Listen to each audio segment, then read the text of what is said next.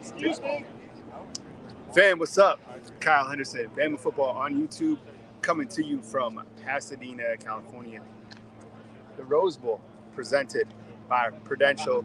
Kyle Henderson, just a couple hours away from the Rose Bowl. The Alabama Crimson Tide is arriving here at Pasadena at 12:10, and all the times that I say will be in Pacific Coast time. So, as you know, we've talked about it all along. By the way, did you see this trip? You guys like that?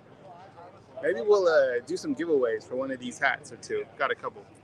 Let me know if you guys want one inside the comment box, and maybe we'll send one out as we get closer to 100,000 subscribers. But I need you to like and subscribe to this video and run the thumbs up. We're going to have the coaches join us today. We got Coach Smook, we got Coach Sean in the house, and of course, I'm here, boots on the ground coverage as Alabama gets ready to take on Michigan in the Rose Bowl.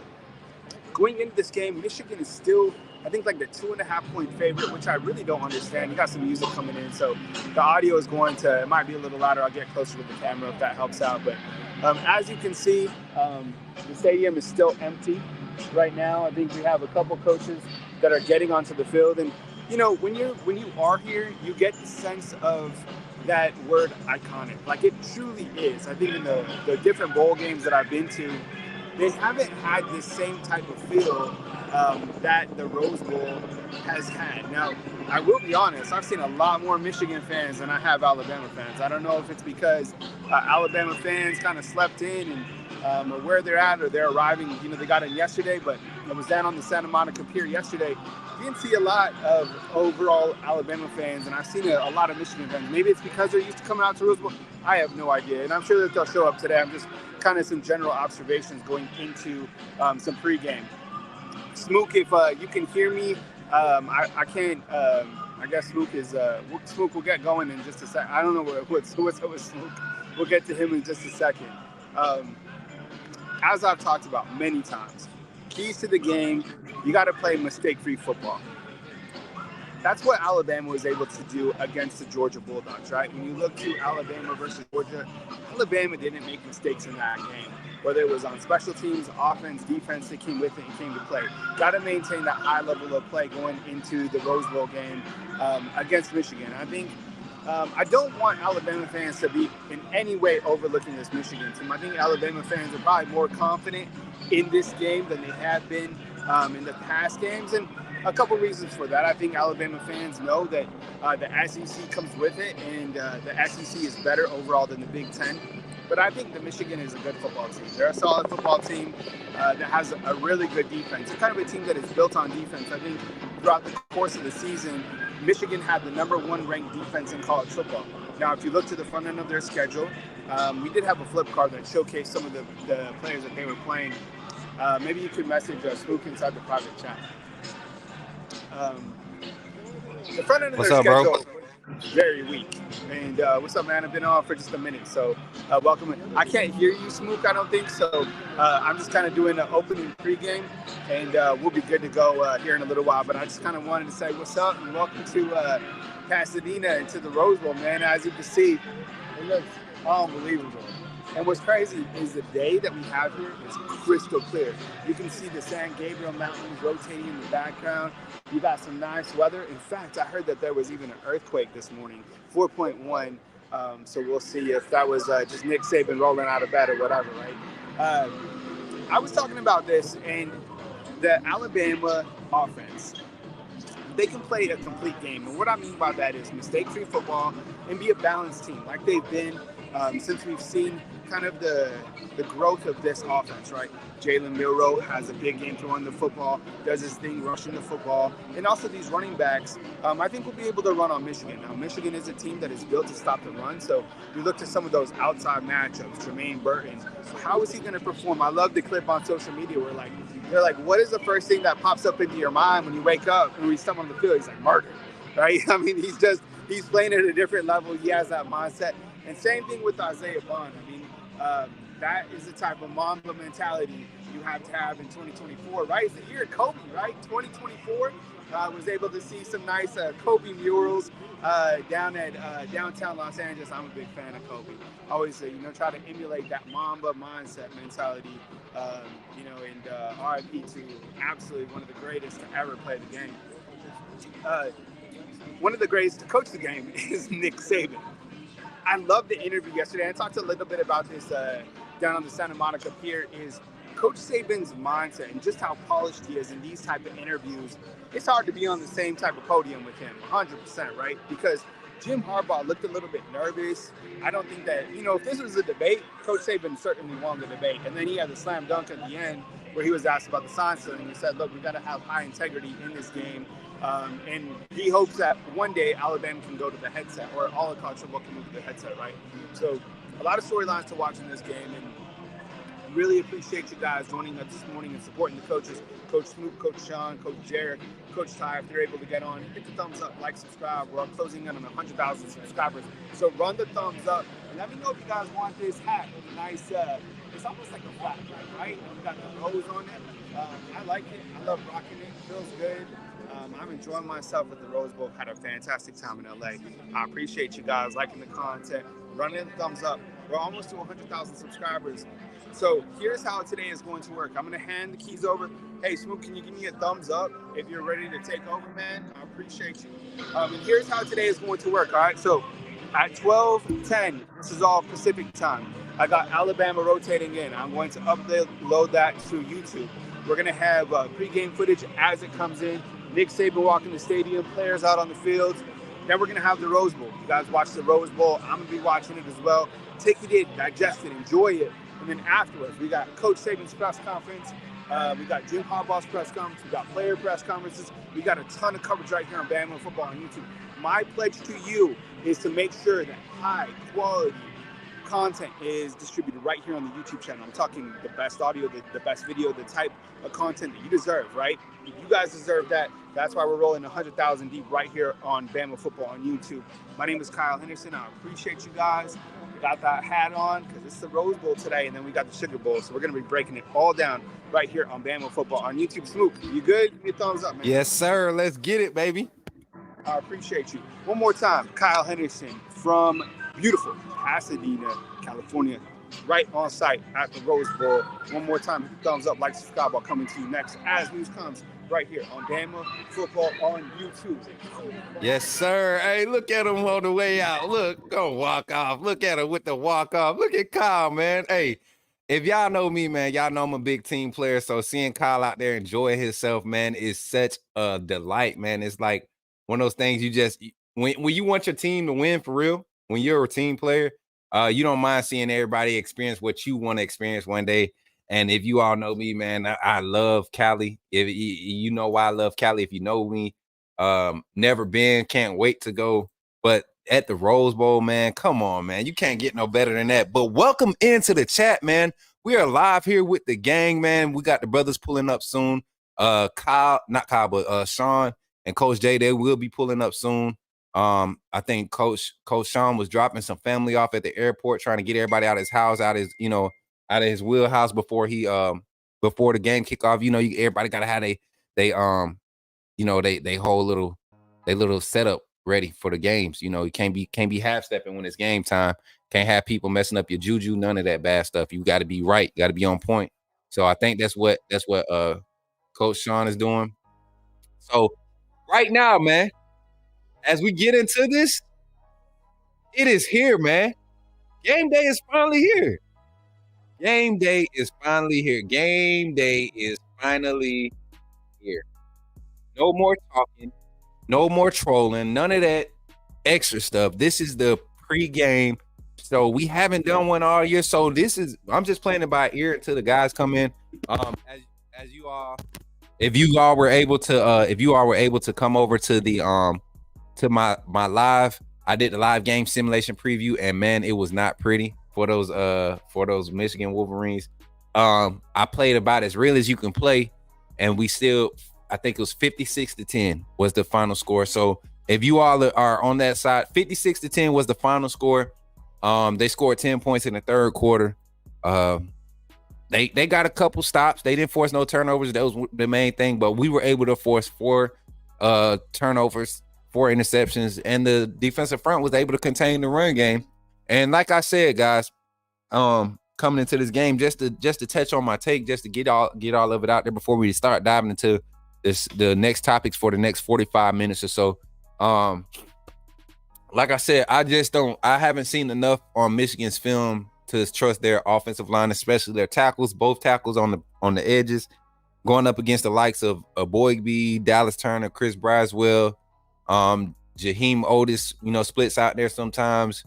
Quindarius Robinson. I mean, when the DBs walk in the box and blitz off the edge, it's gonna get testy to see how Michigan counters these defensive looks that we're gonna throw at them. So I'm excited to see it, chat. I'm excited to see it. And if you're excited to be here, man, make sure you're running likes up. Make sure you're running the shares. Make sure you all are just continuing to tap into all the content, y'all, because it's gonna do that. It's gonna do nothing but get better. Yeah, he was in there. Darkwing Duck was in there. Darkwing Duck, tell him when Alabama wins the playoffs, make sure y'all pull up on Coach Smook channel for the live game simulation next week. We'll do it the same day of the national championship game, a few hours before, like we did today. What's up, Timothy, in the chat? What's up, Roll Tide? Give me 1 second, y'all. Give me 1 second.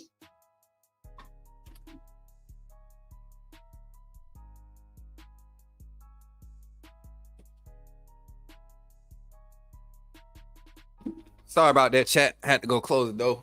Y'all know I got my birds in here. They be getting excited like me. Y'all heard them yelling in the back for a second. Will there be a coaching show today? Yes, we are doing a post-game show today with the coaches. Like I said, this here was unplanned. Kyle just wanted y'all to get an inside look at the Rose Bowl before the game, and then also for us to get a chance to dialogue with you all before the game, see the state of the nation, state of the Tide Nation, and see how everything is going with everybody. So talking in the chat, man. Let's see who's all in here. Let me go back to the top. We got D-Loud 2010 said said Kyle had to put that Cali fit on. Roll Tide to you in the chat. Jeremy Stewart, Roll Tide. Glenda McGregory, Roll Tide. Menace in the chat, Roll Tide. Travelpreneur Sports, Roll Tide. Brock, Roll Tide in the chat, man. Soldier Girl in the chat, Roll Tide. My guy Jeff is in the chat. Mario Gates is in the chat, Roll Tide. Cassandra Johnson was the first one with the comment on this live. Shout out to Cassandra Johnson, Roll Tide, baby. Bama Nation 334 is in the house. Roll Tide 334 in the building. Montgomery, Phoenix City, we 334. You know how we do. Emmanuel 2Gs, what's good, man? What's good? Roll Tide in the chat. Sweet Home Bama 24, Roll Tide, man. A lot of y'all in here, man. Pregame, Justin Summerlin in here, one of my longtime chat buddies from other shows, man. Justin, what's up, man? Roll Tide, brother. Run the Table Sports, my boy is in here, man. If y'all haven't checked out Run the Table Sports, make sure y'all head over to his YouTube channel. Drop a subscribe on his channel. He creates some crazy video edits. Guy's music guy, but he's crossing over. Go check out his content. Very good content. Very good edits and stuff for Alabama. Gonna be looking to collab with him soon. What else we got going on? Mario Gates, I already shouted you out. Jordan Schaefer, Soulless in here talking about some Link. Soulless, I want all your Link energy today, man. We ain't got time for no doubters. We ain't got time for none of that. Fairweather fandom, no complaining. It's gonna be a tough game early. I don't want to see no crying, no tweeting about no this ain't working, that ain't working. We need to have positive energy throughout the whole game. It ain't over till the clock hits 0. All right, then we can complain afterwards. All right. Roll Tide. Yeah, hey, this is what I want y'all to do right now from this comment forward, from this moment forward until you do it. I want everybody to put Roll Tide and where you watching from. We got 86 live viewers on an unplanned stream. Let's try to get it up to 100. The more you comment, the more people going to see, and the more people get in here for our pregame show. So Roll Tide, where you from? And I'll acknowledge you. My boy Jack Saller says he's from Easley, South Carolina. Roll Tide, baby. Bama. Double O, Roll Tide from Dothan, down there where the Peanut Festival is, man. I got family in Slocum, so and my first touchdown my senior year of high school, coming back from my ACL injury, was against Northview.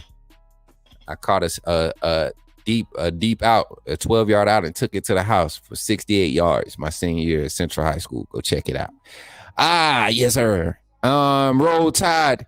Dominique Wesley, Roll Tide. 256 from Huntsville, Roll Tide. Sarah Crane from Vestavia Hills. Ooh, I don't like Vestavia. Them jokers, they run too many pick and rolls.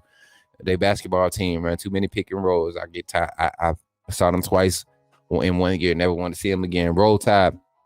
Run the Table Sports, yes, sir. All time. Roll Tide Mets champion. Whoa, Columbus, Georgia. Who is this, man? From Columbus, Georgia. And how you don't know me? You know what I'm saying? You might be a little bit older than me. That's why. You probably know my folks, though, man. From Columbus, literally. That's one from Phoenix City. Columbus, Georgia area. You know what I'm saying? I don't claim Columbus. I was born on the base, but I don't claim it. Yes, sir. Hey. Where we at? Roll Tide, Phoenix City, Alabama. Annette Watson, you already know. Stand up, Phoenix City. If you from Phoenix City, you know you're going to get some extra love from me. Northview is Dothan High, now smooth. Oh, they don't have Northview no more? Okay. Ashley North from Pritchard, Alabama. Roll Tide. Anthony Arnon from Alabaster, Alabama. Roll Tide. Nick Puckett from Athens, Alabama. The real Athens. Everybody get this mixed up with the other Athens over across them state lines. We got the real Athens. You know what I'm saying? Soldier Girl from T-Town, baby, from T-Town, Canton, Ohio. Vanna Carter, Roll Tide, man. Laugh Loud Smook. I'm not a Vestavia Hills native. I was born in Coleman. Okay, see, we could rock Coleman. We could rock. I love my Coleman family. Christopher Wright from Chattanooga, Tennessee. What's up, Roll Tide? We man everywhere. Prattville. I know Debbie. You already know Montgomery, Prattville, Wetumpka, all that in the same area. We be Roll Tide. HSV. What's is that? Is that that's not Hoover, is it? What's HSV? Can't be doing initials. I'm from Alabama, but I don't do initials, man. Just type it up. Cassandra from Greensboro, North Carolina. I just came from your way last night. I just came from Greenville, North Carolina last night. Get ready for a classic, Adam. You're asleep. If you think this is going to be a classic, I think you're asleep, man. I think Alabama is way more prepared to handle this game. Roll Tide, Glendale, California, Rose Bowl is in your backyard and you're not there. Oh my God, man. Shout out to everybody in the chat, man. Appreciate y'all for coming in. Appreciate y'all for showing love. Shouting out where you're from. I really don't know where to go. We're at 105 viewers, man. If y'all didn't hear me, once again, I say we're at 105 viewers. Appreciate y'all for showing up tonight. Man, it's going to be a good one. Today is going to be a good one. Here talking pregame. Let's dive into some subjects, man. Let's dive into some topics, man. Let's talk about some matchups real quick. Let's see who has the advantage. Let's go. And we're not going to go in depth. Like I said, Alabama offense. We're going to do Alabama's offense versus Michigan defense first. Then we'll switch it. Alabama defense versus Michigan offense. Highlight some things where we see the advantages. Do some score predictions, some final score predictions. X Factor talk. Y'all can ask questions, whatever, man. I'll make sure I start. All super chats are going to get answered priority. So any super chats, make sure you ask it a question how you need it to be asked. And it don't have to be crazy super chat. You can do the $1 super chat but it's not required. There's no super chats do get acknowledged first. If I can't see yours in the midst of a statement or something, coming back around to it when I ask for questions. Appreciate y'all, man. Emmanuel said he live in Atlanta, but originally from Dothan. Yeah, most of us, we usually migrate to Georgia for work reasons or whatever. These 42-14 predictions are off the mark. Adam, you've been a long time doubter, man. You've been doubting this team a lot this season. You've been easing up on it because they've been letting you know, but you've been doubting, you've been underestimating our team, our boys a lot this season. You've been real polite about it. That's why I can respect you, but respect your fandom. But yeah, man. What's good, Timothy? We good, man. We good. Coach Sean is in the building, man. Let me know. Give me a thumbs up when you're ready, bro. And I'll bring you on, man. And yeah, man, we're gonna get the show started. Like I said, as a matter of fact, since Coach Sean is in the back, we just sit here until he gets on. I don't want to do this by myself, man. I'm a team player. I am not the main attraction. Believe me. I lead my team, but I love my team, but I do have my doubts. Welcome my brother to the chat, man. Here we go. Welcome my brother to the stage, Coach Sean. What's good, bro? What's up with you, bro? How you doing, man? I'm good. I got something for you real quick though. Tell me what you think about this. All right. That background nice. Yeah. Flavor onto it. It want to get you ready for the game, boy. Yeah. Want to get you ready, man. Get your little vibe going. Chat, if y'all liking the vibes in the background, make sure you can suggest any type of songs in there. You can start hitting me up on Discord. I'm trying to get into this producer role for the show and starting to add some sparkle and things to the channel. We got a new graphic editor, Mrs. I ain't gonna do that to him, but we got Taylor, right? what's his girlfriend's name? Kyle's What's up, girlfriend. I forget her Justin? name. She was working in the background for the early sign of day. All the graphics and things she was doing them. So shouts out to her. I'm so embarrassed that I forgot her name because she was definitely keeping us in check that day, like helping us out, stay organized. But pregame show, man. We usually here for postgame. Let's get this pregame kicked off. Coach Sean, tell the people what's up. What's up Acknowledge to who you need to everybody in the acknowledge chat, and man? just do what you do, man. Adam, what's up with you, bro? You know what I mean? What's up with y'all? What's up with you, Justin? What's up with you, Rhonda? How y'all doing, man? Roll Tide, y'all. Sarah, what's cracking with you? How you feeling? How you feeling, man? Out here pulling for Liberty to beat Oregon, watching that game. Yeah, man. I was trying to keep from pulling it up until I had somebody else on with me, but I gotta pull it up, man. Yeah, man. I was out here pulling for them boys to beat Oregon, bro. Yeah, man. I think everybody do that when those type of teams like JMU. I wanted them to win a bowl game. Yep. That year UCF went with a little title. I was glad that they won. You know, all the extra stuff afterwards we could do without, but I was glad to see them go out there and do it. So I like the team. See teams like that. Jay Townsend coming in with a $10 super chat. He said, "Roll Tide, Coach Smook, Round Rock, Texas. I smell victory today." Roll Tide, Jay. Round Rock is nice, man. I like Round Rock and Pflugerville and north part of Austin area. I like them areas. It's a spot called Grand Central Station. They call it Grams down there. Nice little club. Got like 5 clubs in one. Boy, I had some nights there when I was a soldier at Fort Hood, boy. Plenty good weekends that, but I'm telling you. But let's get into it, Coach, man. Hey, so we've been talking about this for building up for what, 3 weeks now? 3.5 weeks, almost 4 weeks. And man, the day is finally here. We're literally like less than 3 hours away from kickoff. And all the speculation gets to stop once the toe hits leather. Like Jim Harbaugh said, I like that saying. I will give him that. But yeah, man, give me your thoughts, man. Find like initial thoughts, and we'll break it down. We'll stay organized so we can use up our time today. Let's talk about it. Let's start from the offensive side. Alabama offense versus Michigan offense. And I did this. I didn't do it backwards, Chad. I know what I said earlier, but let's talk about what these two offenses present, and then which offense you think gives their team the best opportunity to win. Not considering what the defenses can do to help them, but what these offenses can do. And you could take whichever one you want to talk about first, whether it's Alabama or Michigan. Go ahead and take it away, bro. I think it's our offense. I think it just comes down to the same thing. Timothy Peavy, what's up? Sicario, what's up? I think as long as Jalen comes out and beat Jalen, right? And when I say beat Jalen, you know what I mean by just beat Jalen. You know what I mean? Let it all hang out, man, for this one, right? Yeah. There is no tomorrow. It's win or go home. So don't save nothing. You know what I mean? Because Steve Sarkisian is going, or whoever wins, let me say it like that. Whoever wins the next game is going to know what they know at this point, right? They forget saving it. Hey, let it all hang out, man, because it's no tomorrow, right? Win or go home. So if Jalen is Jalen, if our offense just be our offense, let Jalen come out, get him in rhythm. We had a long layoff, man, so get him in rhythm. Let him run around a little bit, you know what I mean, on the perimeter so he can get out of bounds, not take no hits. Let him get some short passes to get him in rhythm. As long as Jalen is Jalen, I think we'd be just fine, right? Because their offense is going to do what they do. They're not going to deviate. We just got to play sound defense on their offense, right? I don't think they got world beaters on the outside, right?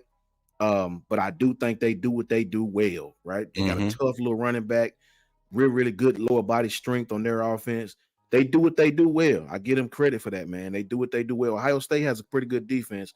It ain't the best, but they're not trash by any stretch of the imagination. And they could not move. They could not do anything. You know, they couldn't stop the little dude. He had some good runs, right? Both offenses struggled, but he did have some good runs in that game. And so as long as our offense just be who they are, you know what I mean? Let Jalen be Jalen. Of course, we all know, don't turn the ball over. We all know that. Right. And I think we'll be fine, man. I think we'll be just fine. I think if we don't be Jalen, we don't be who we are, we'll keep them in the game, right? And we'll look up in the fourth quarter and we'll be like, damn, we in a fight for real? You know what I mean? Yeah. So just be Jalen. Just Jalen Milroe, be Jalen Milroe. Now's the time. Right. And I'll attack the Michigan side. I know a lot of Bama fans not used to me giving them credit, but like you said, the reason why everybody is leaning on their run game to be a difference or giving their run game so much credit is because, like you said, they do what they do and they do it well. I kept taking away the fact that they weren't playing as good as talented defenses, but no matter what level of talent you play on, if you can do what you do the same way all the time, no matter who lines up across from you, and sometimes that's presents success, sometimes it presents, negative plays, but you're doing it because that's what you're trained to do, and that's what your mind and your team is built to do. And more times out of none, you're going to find yourself when the talent gap is not as much. You tend to win those because you're consistent in what you do. The momentum doesn't change because you're maintaining what you bring to the table. And sometimes like with Iowa, they knew what they could do. They knew they could play good defense. They knew they could flip field position. They knew they need to create opportunities for their offense to get closer to the line, closer to the end zone, be close to the red zone to have opportunity to score.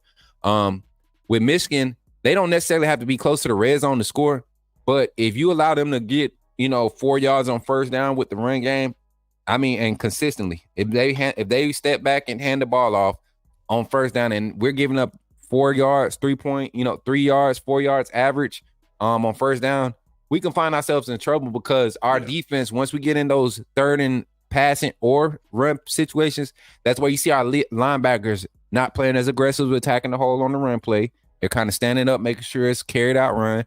And you see a lot of times on our back end, our secondary is the ones that's crashing hard to support the run on those second and pass or run situations. So I think if Michigan's offense and JJ McCarthy can get that run game going, that's McCarthy with his legs, that's Corum coming out the backfield with handoffs, extended toss sweep. They will run a toss sweep every now and then. They will try to stretch it to the perimeter with pulling their opposite weak side tackle and guard. They'll push them and try to, wash out the edges of your defense, of your defensive front.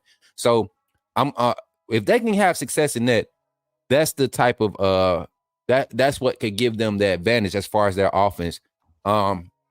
But if I had to go and say who has the advantage overall offensively, it is definitely Bama. Like you said, the speed on the perimeter at the wide receiver position, the depth in the backfield, and the offensive line, it, to me, has been the most improved, from where they started. I would have gave them, like, in the SEC, you got, 12 teams in the SEC? I think at the beginning of the season, 14. we were 14. Yeah, about to be 14. So even if you factor in Texas and Oklahoma's offensive line and how they played this year, at the beginning of the season, first half, Alabama was probably like number 8 or number 9 as far as offensive line ratings and protection and run blocking. But now they are definitely the second, if not the best offensive line in the SEC right now. So I would love to see that momentum carry over into this game, man. Anything else you want to say before we jump to the comparison of the other side? Yeah, let me flip it on you right quick and get your perspective on this, and everybody in the chat as well, Coach Mook. So what if you had to pick one, Coach Mook, for us, what is your biggest concern? Offensively, defending their offense? Yeah. Okay, so to extend past their run game getting started early, JJ McCarthy is real decisive when he gets his short pass game going, man. Facts. And Coach Jay, he highlighted it a couple times. You didn't get to see it a lot this season because there were teams that literally forced them to make them run the ball, run the ball and try to stop them that way. They didn't have the capability to match up, across the board in the passing game. So most teams zoned them up. They won't get to see that against Alabama. So will JJ McCarthy be able to expose the one-on-ones? He's going to get opportunities. Is he going to be able to find those quick reads? Because, we will do our leverage alignment with strong side twins, tight ends. If they split the twin tight ends out to the side and split the wide receivers by themselves, the alignment is different. We back off those bigger guys. For what reason, I don't know. It's been working to this point, but that would be my concern. JJ McCarthy getting the quick pass game, the short pass game, intermediate stuff that we're going to force him to have to see with the one-on-one matchups. That's what would be my concern. What's yours, bro? Mine would probably be keeping them in third and short, letting them be comfortable right? Letting their run game not really gaseous, but just pick up positive yards. 3 here, 2 there, 5 here, 3 there. That's what they want to do, right? Mm-hmm. My concern would be us stopping them, but not stopping them. If you know what I'm saying, Right. letting them keep the ball, time of possession for so long, and letting them methodically drive down the field and get 6, 7, 6 points like that. Yeah. I worry about that. I want to get them off the field. Get them off the field. Keep them in third and long. Put McCarthy in bad positions. Right. I wonder, do we stop the run or do we commit resources to put JJ McCarthy in bad position? Right. I don't wonder, know. man. I with the approach that we and I kind of relate McCarthy to his skill set, not necessarily how he uses it, but his skill set and his availability of his skill set. I kind of relate it to Jackson Dart and Devin Leary. That's what I kind of, but he definitely has better passing ability than Dart to me. Jackson Dart. Jackson Dart is just a playmaker. He does like some unorthodox things that kind of are flashy. Good athlete, man. Yeah, great athlete. But as far as the quarterback side, I think McCarthy definitely has the advantage or the higher ratings there. But like you said, I'm curious to see what's going to happen because if we somehow are able to contain, like we did with Georgia, contain their run game with 6, only committing 6 personnel in the box.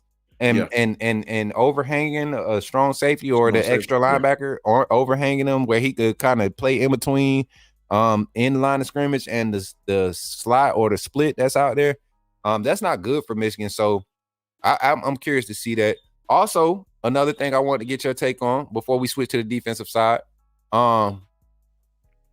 What do you think is our biggest advantage as far as personnel?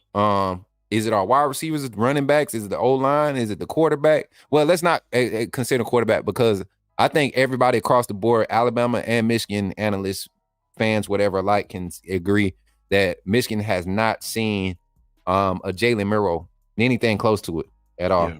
So what group you think has the clear advantage when it comes to our offense and Michigan's off? Well, yeah, our offense and our group and Michigan's offense. Which group is like better, clearly?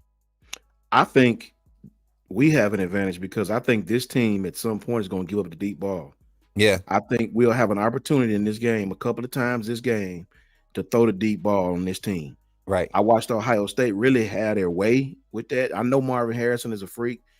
I don't think he's as good as everybody is. I mean, he has the size, the credentials, but I'm not taking them from him. Please, I'm not taking them from him. Right. But I think the receiver LSU is better, right? Right. I just do. I think we're gonna have some opportunities downfield in this game. I think with the way they play defense, we are gonna. Can we hit them?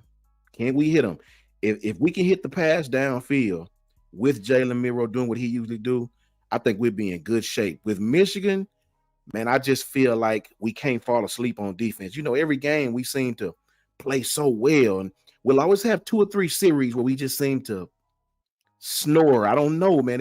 They slip in there every once in a while, right? We have a couple of linebackers overrun plays or get caught up in the wires, just which is normal in a football game, especially when you're playing good competition, right? So I think they have an advantage if they're patient, right? They're not like Georgia, to where Georgia's gonna panic and start trying to turn what's his name, Beck into Peyton Manning. This team is patient. They'll go down by 7. It don't matter. They'll still methodically run the ball. Just got to be patient, man. Be patient. Everybody don't try to make the big play. Just play sound defense. So I think we do have an advantage with the deep ball this game at some points in the game. Right. And my thing is too, man, we don't have to sit back and wait for wide receivers to pressure us this game. So definitely the to me, the advantage goes to our wide receiver group when you're talking about comparing the two offenses. But not just for the wide receivers. I'm talking about, like, I think everybody keeps talking about knee black. I think this is a game where Dupree, the way he likes to sit in the holes, the way he can find open space as Jalen's relief on a lot of those clutch first down conversions that we see throughout the season. If you go back and look at all of Dupree's catches, I think he only has like 21 catches all season, but 19 out of those 21 are for first down. Like that's the type of possession receiving tight end he is, And he's solid in the blocking game. So I think a game like today, being how, I expect Tommy Rees to give a lot of run looks, as far as formation 12 personnel. And when he uses 12, we know he uses Dupree and all of them. Knee Black and Oots who rotate around Dupree. Yeah. Dupree is like the steady tight end out there when we have a tight end on the field. So I think Dupree is going to have an opportunity to do some big things today in the receiving game. Just because Burton's going to get a lot of attention, Bonds is going to get a lot of attention. Kendrick Law is going to get his numbers with everything else going on around there. And I think the next guy after Kendrick Law, if not before Kendrick Law, when we talk about targets and how they design the offense to feed receivers, Knee Black is that guy in this game. Either him or Benson. I feel like Malik Benson might be the one that like surprised everybody today, man. And not me because I already knew what he was. I just knew it was going to be a growth curve with Milroe stepping in, trying to progress as a quarterback. But I think Benson might be the one, bro. I want to change my MVP. I said Roy Dale Williams, but I didn't know Jace was playing at that point. 100%. Yeah, man. So, but I ain't gonna go Jace. I want to go Jermaine Burton. I think the last time I said that, Jermaine Burton went off. I think Jermaine Burton is gonna have a big game this time. I think so much attention has went to Isaiah Bond. Yeah. Right. I think Michigan is gonna commit some resources to stop Bond. I really do. Jermaine Burton gonna have some one-on-ones, I believe, this game. I think they're gonna put that so-called great corner on Isaiah, right? Yeah. I watch what they done in Ohio State game. I think Burton is going to have some opportunities. This is time for Burton to show up and show out, man. You remember how he did against the 2A corner against A&M? I forget the kid's name. Snapped out, yeah. Yeah, and didn't have 20 touchdowns or nothing like that, but just how he was cooking the whole game. So, yeah, man. Yeah. I could see that, man. I only reason I didn't go with Burton is because of the fact that I know that they have to, like, he's a key target for our team. So if I'm Tommy Rees, I'm using these extra 2.5 weeks of preparation or 3 weeks of preparation to try and learn to key those other weapons that has started to get exposure so we can kind of hide Burton for the bigger game. You get what I'm saying?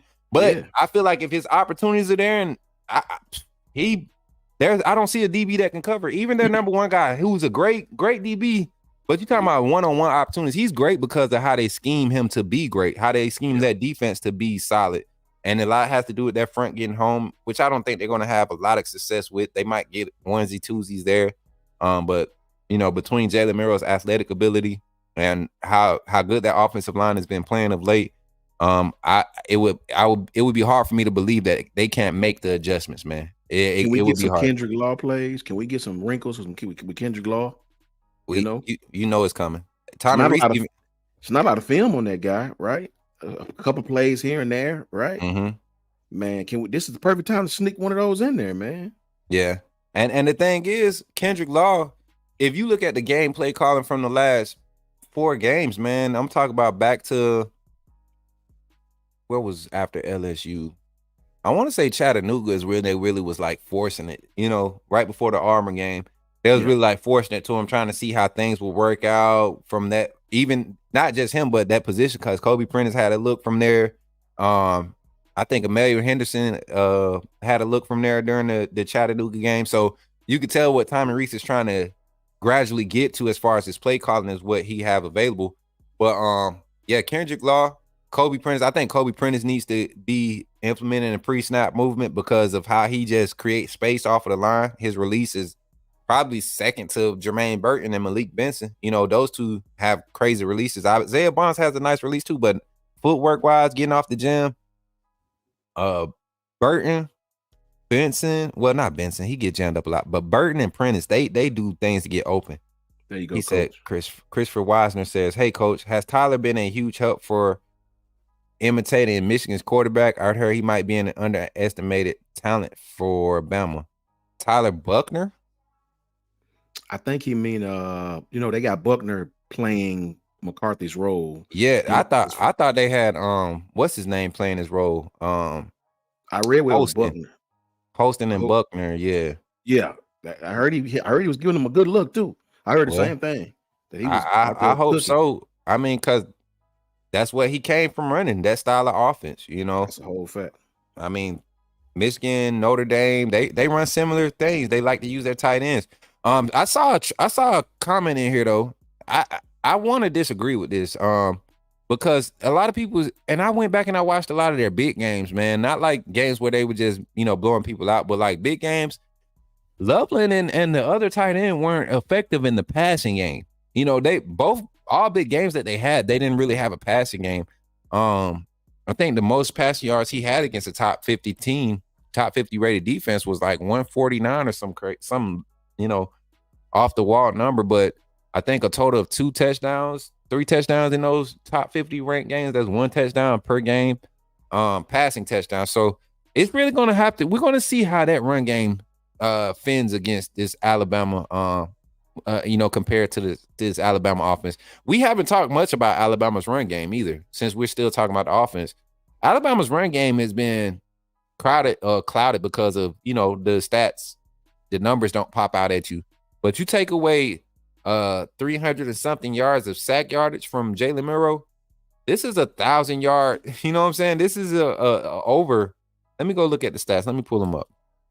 And you can expound on anything as far as our rushing game, man, that you feel like people haven't noticed.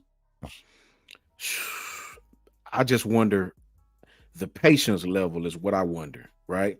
I predict Michigan is going to initially stop our run, Mm-hmm.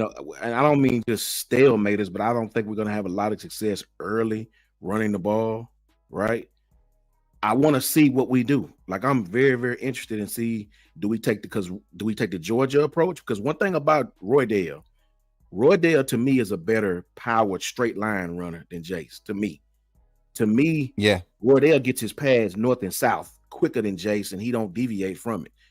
To me, Roy Dale just a smaller B-Rob. Like he north and south. He ain't doing too much Najee, Jace will bounce that thing to the outside, cut it up the middle. Roy Dale is handed to me, and I'm gonna go right where the play's supposed to go, right? And that works with power defenses, that put a lot of pressure and a lot of run gap stuff, right? It's gonna be. I want to see how Reese incorporates our run game. Is he gonna be patient? Do we be patient? Just considering down and distance? Do we open up the pass game? Do we come out throwing? Right? It's going to be very, very interesting. That's where film study is key, right? And you want multiple games to see what multiple teams done against this team, especially Maryland and especially Bowling Green, right? 2 films that I would love to watch and see what Alabama can take from those, because Michigan runs a kind of a wonky defense at times. Some of their blitzes are twists, kind of wonky at times. They're definitely going to bring hidden pressures and pressures from different spots on Jalen at times in the game. I do believe that. I don't think they're going to just sit back there and spy him with 2 people like Georgia did. I think they learned from that game. Film study will make you change some stuff. So it's going to be interesting. I want to see how patient we are with the run game early. Right. And I like to highlight these numbers because Michigan's averaging, as far as the run game, they're averaging, throughout the season, 4.3 rushing yards.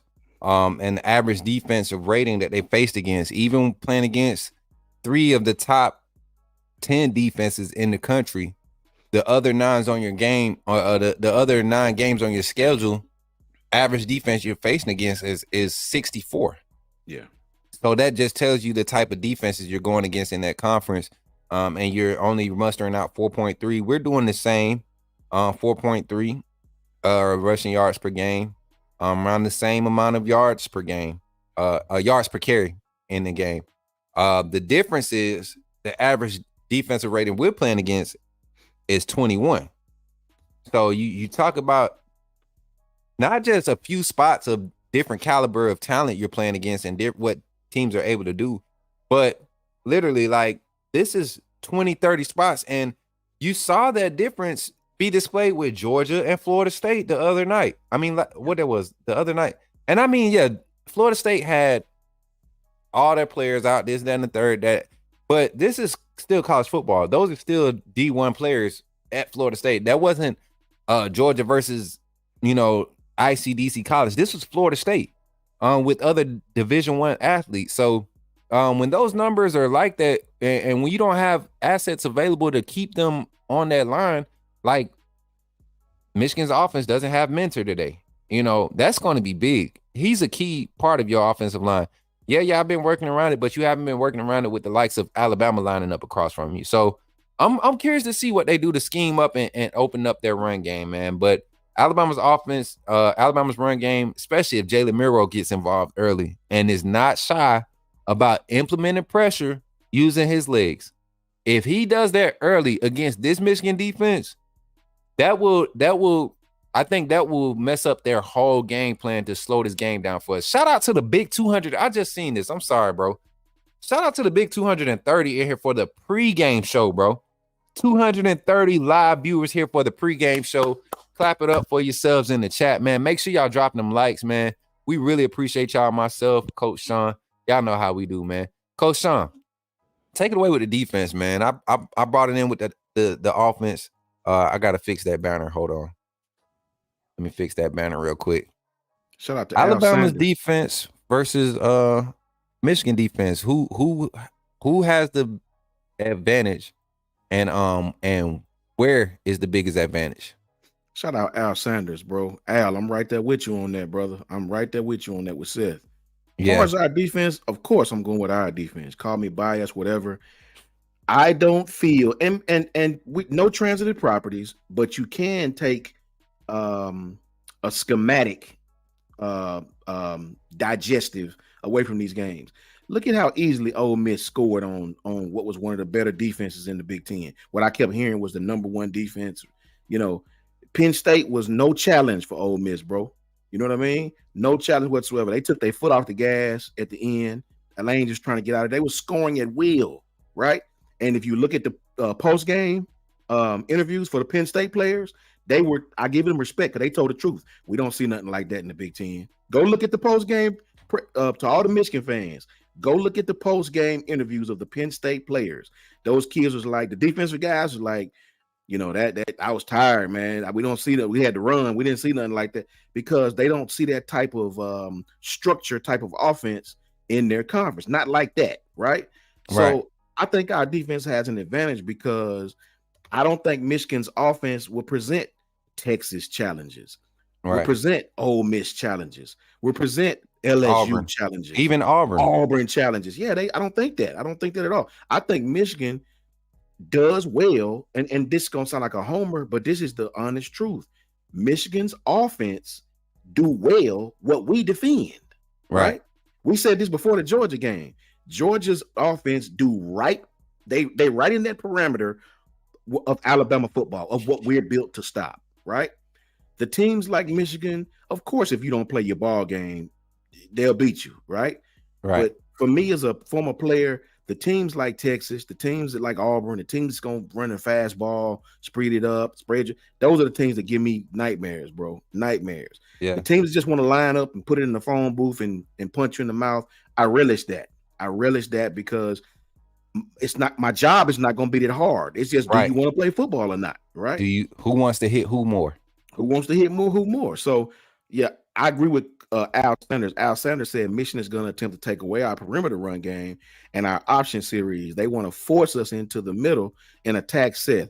I think if I'm on defense and I'm attacking Alabama's offense, I definitely would pressure the middle. I definitely would do something to put Seth in a bind. He's definitely the person I would attack. He's definitely the person that I would, if I'm gonna blitz through his. I'm gonna do something to put him where he has to perform. So that is true. But I think every team does that. I think everybody has done that, right?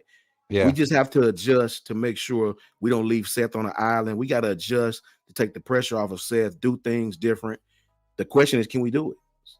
Yeah, and I'm looking at the Michigan fans finally pulling up. Our favorite, resident Michigan fan that's always on Alabama content. Even the day of the game, you would think he'd be going to try to get some encouragement from a Michigan podcast, but clearly, Carlos is in the building, y'all. And shout out to these Michigan fans. Y'all have been able to get by with me. I'm not gonna speak for everybody, but with me, with this whole narrative thinking that y'all have literally played anything close to the competition that Alabama has seen. 8 out of the 12 weeks. I'm gonna say 8 out of the 12 weeks in the season. We're going to see some legit competition that's going to match up well. You keep talking about Auburn losing to Maryland. You keep talking about what does that mean? Like we beat Auburn. Y'all barely beat Maryland. Y'all keep talking about Maryland as if y'all blew them out. Y'all didn't blow Maryland out. Y'all ask him, Coach Smoot, what does that mean? What does it mean though? Like, what does that mean? You're talking about so Penn State. You barely beat Penn State. You didn't whip Penn State like that. Exactly. So Ole Miss beat them like they stole some. Does that mean we Ole Miss will beat Michigan? Ole Miss out? And we literally left points on the field and only gave up 10 to Ole Miss. Ole Miss dropped a 40 piece on these boys or 30. So does that mean Ole Miss will beat Michigan? I mean, what are we talking about? That's basically what he's saying, because Ole Miss was able to put up as many points as they wanted to. They left points on the field too. So basically what you're saying is Ole Miss would have beat Michigan because of the way they beat Penn State. That's right. That's what you're saying. So Carlos, we blew Ole Miss out. We beat Auburn in a rivalry game at their field. Like, I don't get what you're trying to say. We beat the number one team in the nation. You know what I'm saying? Like, y'all have yet to play anybody on Auburn. Auburn honestly lost to Maryland because Maryland did what we couldn't do, pass the ball. We left so many points on the field against Auburn in the passing game, just like we did against Georgia. And even in both those games, you watch those games, it never looked like Alabama was ever in third or losing, except the Auburn game, of course. You know, they came back and we had to win on the Gravedigger play. But, man, this Michigan fans, I hate it for y'all after today. And, Carlos, you better show back up. I swear, bro. If you don't show back up, man, if you try to wait till the summer and come in on a show where me and Sean ain't here, and you trying to talk to Kyle and comment, I'm in the comments on your neck, brother. I'm just letting you know. Carlos, you have been swinging from Auburn's cashews for quite some time. I don't know why. I don't know what that. I don't know. I maybe he's just trolling Bama fans. I don't know. But this is what I'll tell you, Carlos, my friend. I thank you for pulling up too, man. Hit that like button, Carlos. This is what I'll tell you. I want you to hold on to that Auburn game. I want you to download it and keep your phone beside you at the kickoff of the Bama and Michigan game, and let that comfort you, because that's all you're gonna have. That's all you're gonna have, man. And let me tell you, I'm gonna even break it down some more, Coach Sean. They keep wanting to compare games, right? That's crazy. When the games you're comparing, when USF offense and defensive statistics rank higher than 7 opponents on your schedule, and you're talking about Alabama barely beating them, that means Alabama can blow out everybody on your schedule if you want to use transitive property.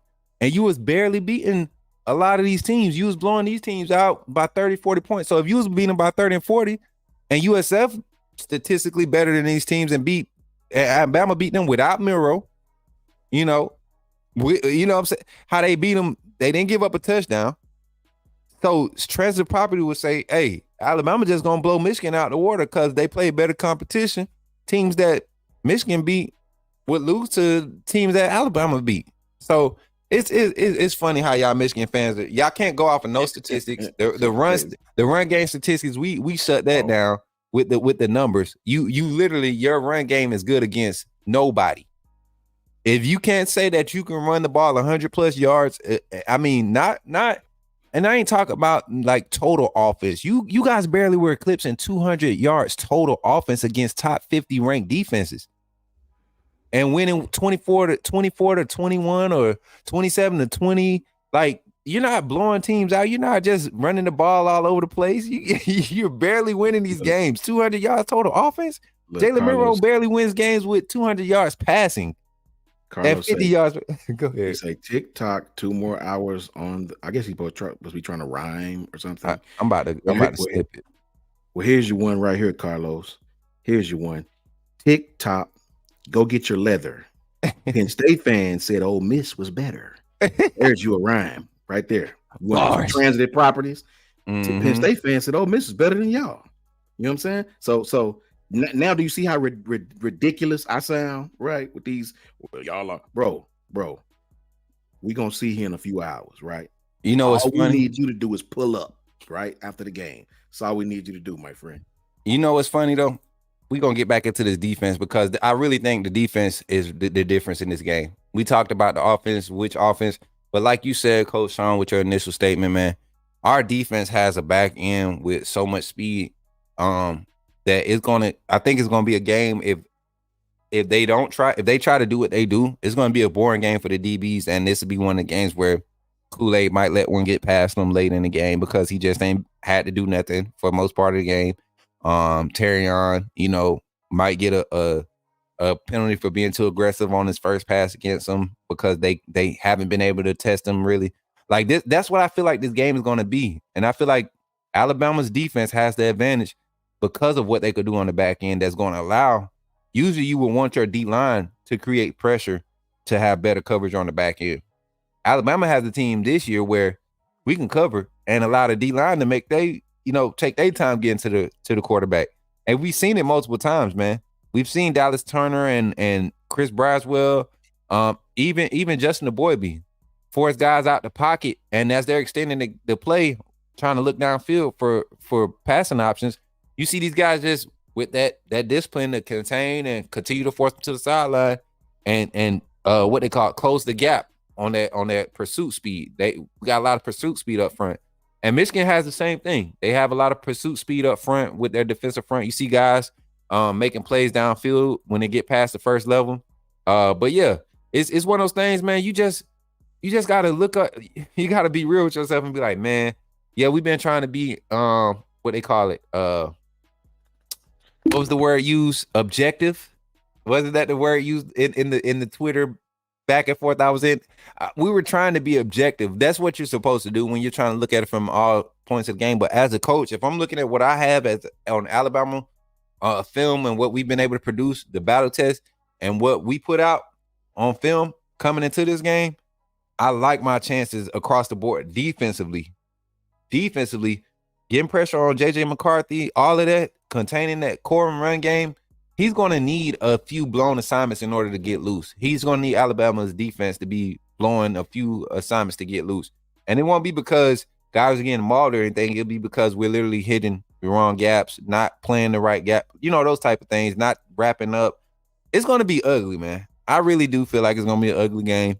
And quote it, write it down, whatever. Carlos, I can't wait.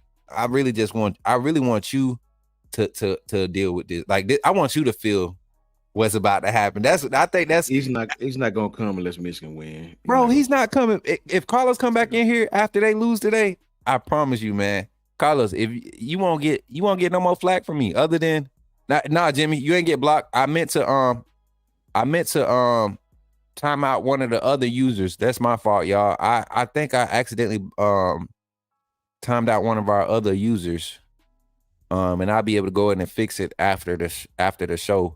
But if she's in here, please tell her. I can't remember the name, y'all. I can't remember the name. At JG YouTube is restricting the message with the email.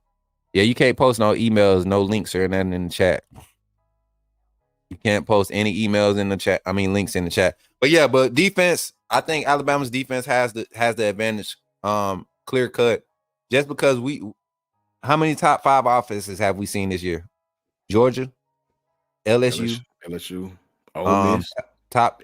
Ole Miss was top 5 when we played them. They was like number 4 when we played them. So, Texas was, even though it's week 2, their week 1 numbers were just as crazy as Oregon's. You know how Oregon go out and put out. So, look at the end of the season. Texas is still up there. Ole Miss still is up there. LSU's offense still up there. All these offenses are still there. Let me say this though, to the Michigan fans that's in here. Shout out to you guys. Thank you guys for pulling up. We appreciate you guys. We'll have a great game today. But what's up, Kyle? Yo, check this out. I'm waiting for the team to arrive. Look at this hat. I'm waiting for the team to arrive. And then I'm gonna flip the camera around. I'm gonna show you guys the team. So check this out. So this is where the team goes. And this is where I'm waiting for the team. Right? So everybody's waiting, and that's their locker room right there. Yeah. So what I'm gonna do is I'm gonna post up, I'm gonna flip the camera around, and I'm gonna have you guys watch the team come in. Is that cool? Yes, sir. All right. So I'm gonna dip in, dip out, switch the camera around, so you guys will see me doing some stuff in the background. There's the stadium going in. Just give me like 2 seconds. All right, bro, we got you. Michigan fans, we know what you guys are trying to do. We know, but we got an antidote. You're not going to be able to take any of our signs. You're not going to be able to hire Connor Stallions to sit in the stand with a hat on, with hidden cameras and all that goofy. You know what? It's not going to help you. It's not going to help you. You know what, Sean? And this is we don't really have to talk the game no more, man. I think we've done enough in-depth analysis. We done talked about everybody on that roster. We done gave them credit where it's due. We done made our takes on where the advantages are, who has the advantage here. As a football player, as a fan. Oh, here we go. They walking up yet? Is that Coach Saban out front? Yo, it's gonna be. We Hey, still have. Hey, Kyle, tell my guy Rico I said what's up. It's gonna be in 10 minutes. We have 10 minutes, so you guys can come back on. It's at 12:10, so you guys can just bring it just like that. Hold it like that. Yep. Yeah. Hey, Kyle, can you hear me? Yes. Tell Rico next to you with the camera I said what's up. That's my guy from Columbus, what's his WTVM. Rico Mitchell. Yo, you know this guy, Coach Smoke? Hey, what's up, bro? What's up, Brody? Right, That's my boy. That's my boy from WTVM. Roll Tide, baby. We go back, man. What's crazy is chat. He does coverage. He does coverage for WTVM News Leader 9. And if you all follow Josh Pate, yeah, man. If y'all follow Josh Pate and what he does content-wise, Josh Pate came out of Columbus, Georgia, and Rico was one of the media guys that was coming up with, learning from Josh Pate and that crew at WTVM. So it's pretty cool that him and Kyle are in Cali together. That's my bro, like a personal partner. We grew up together, man.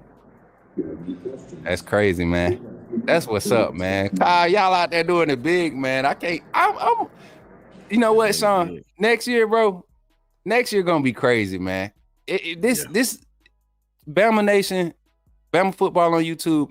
I'm more than grateful because I never saw this happening for me. Anything like this. When it came to this content creation, but to be connected with a group of guys like Kyle, Sean, Jay, Ty. There's other people in the chat that we do stuff offline together, content wise. But to be connected like this, man, is a blessing, man. And to be supporting this team, this year's team was really exciting to watch. It didn't create as much as emotions, like it did last year. The team last year, because we shouldn't have been like we were last year. But this year's team definitely created a sense of, man, if I could just model my life after some of these dudes' attitudes that they're displaying on and off the field in these interviews, if I could do that on a consistent basis. And we listen to Coach Saban say, a lot of things consistently about focus and having discipline and all this stuff. You can apply those things to your life. And I think that's what the difference between Alabama and a lot of programs, man. You get a different feel of how to be a good human being, how to live as a disciplined human being, and do what you're supposed to do all the time so that you can reach the goals that you're trying to reach. I'm just rambling right now, Coach Sean, while we waiting for the team, but talk to the people, man. Man, I'm just ready, man. I'm ready. Shout out to all the Michigan fans. You know what I mean? You'll come to find out that the truth is in the details, right? I'm not a homer. I call it like I see it. I didn't go to Alabama. I've been a Bama fan, raised right here in the state, have lived in Chicago, back. You know what I'm saying? So I call it like I see it, bro. You know what I mean? I was fortunate enough to call Kyle's show a few times, call another Bama show a few times, and link up with these guys, man. Just talk football. So you'll never get it from the Bama ear to mine. I'm gonna call it like I see it, bro. You know what I'm saying? Yeah. So Carlos, you can make all the jokes you want, brother. That's cool. I don't bother me at all. So much freaking. I like it right now, bro. I like it, bro. I like it. So, chat, when y'all see me smiling off to the side, it's usually because I'm working something petty. I'm telling y'all. Fun dubs. What's up with you, bro? JG, Roll Tide. Y'all already know how I get, man. Fun dubs, what's good, brother? Roll Tide, man. Hey, Eric Burrow in the chat, man. What's good, Eric? Hey, let me see if we can get oh, look at him. Top flight in there, holding it down. Let me see if we can get our Yeah. guy in the chat over here. Let me see if Gil is up. Want to hear from Gil today. We could definitely get him in here. Oh, snap. You won't be able to film us. No drones this time. Right. When I say this game, and I don't know if anybody came through and looked at the live game simulation I did before getting on this live. But y'all, if you go look at how the game started off, I could see it happening like that. We said if Alabama catches a stride early, it could get ugly for Michigan. And what happened in the game, Coach Sean, like I feel like Tommy Rees is gonna do that 12 personnel with knee black being split off to the, in the slot instead of having a wide receiver there. Yeah. I believe that's gonna be like a formation that gives Michigan problems. And we were finding a lot of success spreading them out like Auburn did to us. And one back sets, H back in the slot, H back on inline of scrimmage, two true tight ends on, in 12. A lot of teams found success running interior against Michigan like that. It was when they tried to put the fullback in the backfield or the extra, the three tight ends, or you got the what we call the F back look where they kind of line up as the H and motion to the fullback. Those are the formations where they kind of they get to play in house. They're good. So, and yeah, man. Kimberly Ashcraft said, understandable, Coach Smoot. Understandable, Coach Smoot. Statement came to my workplace a couple times and gave speeches that made you want to do a good job in a place of us hate it. A lot of us hate it. He's the GOAT for countless reasons. Facts. And that's the thing. As a coach, and I think Coach Shauna attests, agree with this.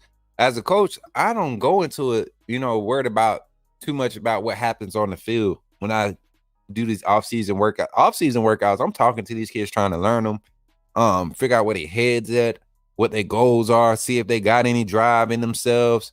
Like that self-motivation. What about you, Coach Sean? Like what type of things you did as a coach or do as a coach to, off the field to make sure these guys are really doing what they're supposed to be doing, creating value for themselves? Man, for me, I just used to always just keep it real about my struggles, the stuff I went through. These kids relate, especially the kids that come from humble beginnings. They, when you tell them your struggles, the struggles don't change. I mean, it's a lot of things that has changed from the late 90s, early 2000s to now, but the struggle is the same. A lot of things that hinder these kids hindered me, right? Hindered us, right? Say what you want, but when you don't come from money, being poor in college, it affects us all, right? So, a lot of these kids listen. When they know, it's kind of like what Coach Saban said. They don't care. They don't care what you know until you show them that you. What they were saying was they don't care what you know until you show them that you care. Mm-hmm. Right. So I agree with that. We got you, bro.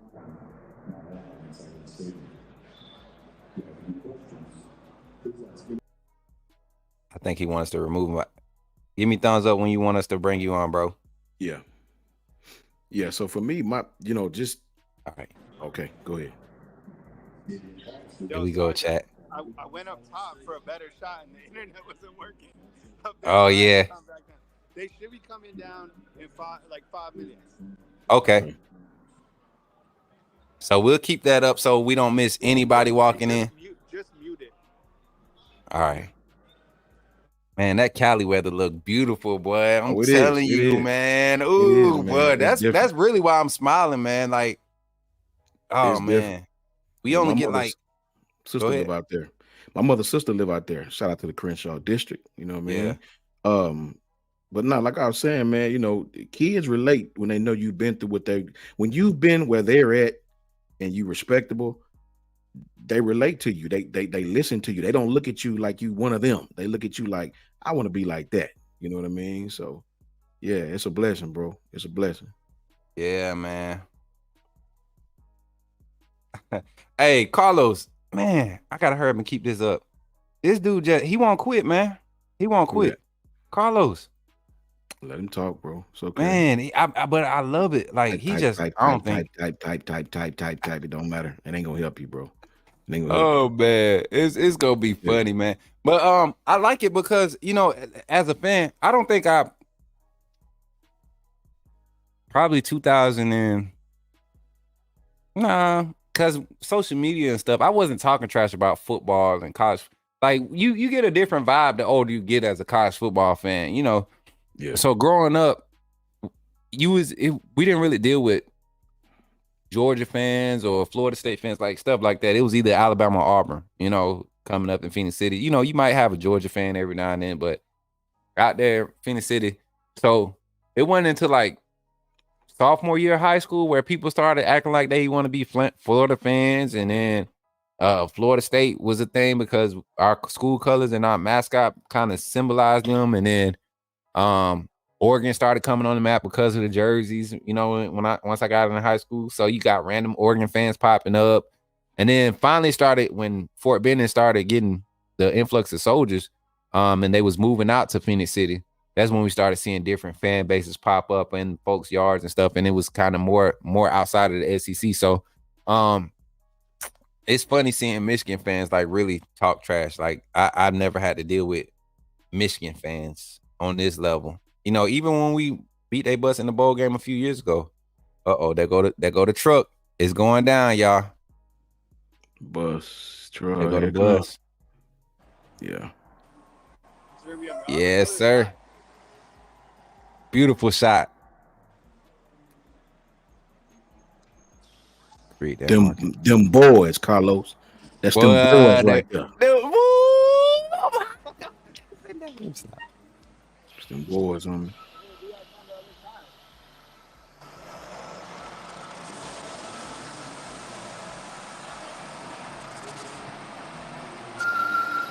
Kyle like me, you gotta get the shot. Ready to risk it all, baby.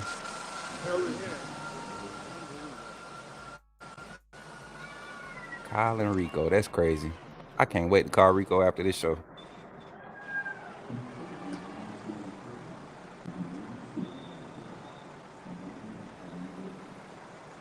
Hey, y'all.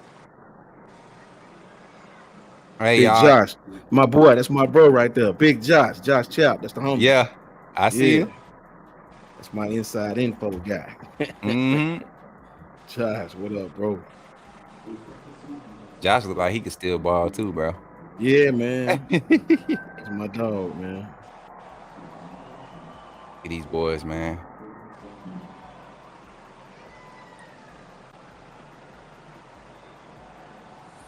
Look at Dallas.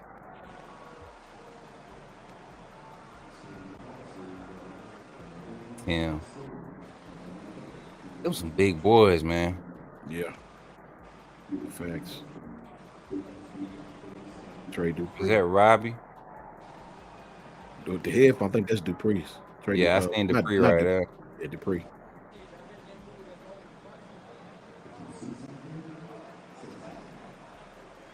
There go your boy Dalcourt. Oh, that's Caden. That's Caden. That's Caden right there. That's Caden. That ain't Dalcourt. Dang, that's how you know them boys big, man. Caden Proctor is 6'7", bro. That's old bro from Texas right there. Number 40 with his hair up. Then Justice Haynes. Yeah. Look like Jaden Roberts. Is that Jake? Is that Jake Pope or that's Jake Pope? That's Pope. Yeah, that's Pope. Yeah, look at all of with that drip. Yeah, that's Jaden Roberts with the black coat on in front of him. It's a big old boy, man. Boy ain't got no gut either, man. Who is this? That's Emmanuel Henderson. GQ, okay. Yeah, Emmanuel Henderson. That's the tight end, Lewis. Mm-hmm. Danny Lewis, I see you. Clint Dix. In the back, look, what he director of personnel or something like that now, right? Yeah, compliance personnel, something like that. Yeah. Wait, what you think he's saying to these boys? Man, you already know he done gave them the secret sauce. Real quick, I'm gonna say best dressed. All right, this is a tough one. Out of the guys that I saw, Jake Pope. I'm gonna go with Emmanuel Henderson. Did you see that drip that he had on? It's like yeah, that's what the bracket went down, and then Jake Pope also was on fire was Justice Haynes with that turquoise, right? With that turquoise on, yeah. I saw that. I just I'm gonna keep rolling. I'm gonna see what else I can find, but I'm gonna go with the Manuel Henderson one and Justice Haynes too. I like Jake Pope's jacket. Jake Pope, and you know he probably had on some red socks with it too, man. That boy, he's swaggy, but he come from Buford, so you know that's what they do out there. Them boys, they learn early how to dress up for game day. But yeah, man. Jaden Roberts, that boy ain't got no gut, man. He offensive none, bro. line. How you? What he's 6'6", 320, 315, some crazy stuff like that. Man, that's crazy, man. Gut. That's crazy. Yeah. You remember though? That's how Evan Neal was. Yeah. Evan Neal was like that. Like, bro, you're not supposed to be able to move that when you that size and do things like you doing. It's crazy, bro. They ready though. Yeah, no smiling. Man. They ready. They focused.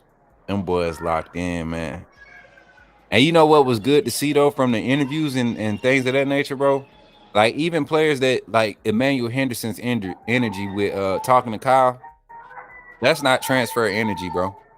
Yeah. Like that's a kid that's really like, okay, I may not be a premier player or the key guy right now, but I feel like I'm on a good path here. And I think a lot of not high school, but a lot of college players need to learn that they don't need 2 and 3 years of film to get in the league nowadays. One crazy year, one standout year, one solid year will get you the right looks. And then development past the college level is personal at your own. 6'6", 320. Royce Childress say 6'6", 320. Yep. Yeah. Solid, man. That's crazy, man. Yeah. The way them boys built, like even Proctor, you see he got baby fat right now. Just watch how he come out of spring looking.